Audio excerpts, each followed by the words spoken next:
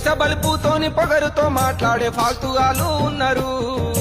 ఏతుల మాటలు కోటలు దాటించే సౌటగాళ్ళు ఉన్నారు దునియాల.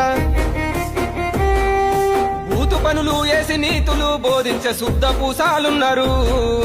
కొవ్వెక్కి మాట్లాడి కావురం వట్టిన కంత్రి కంజూసుగాళ్ళు లోకంలో. అబ్బబ్బ నువ్వెంత గొప్పోనివంటారు, అబ్బబ్బ నువ్వెంత మంచోనివంటారు.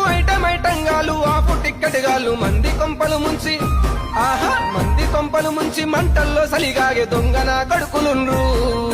నమ్మించి మన గొంతు తడి బట్టతో గోసె తెలివి కల్లోళ్ళు ఉండ్రు భూమి మీద.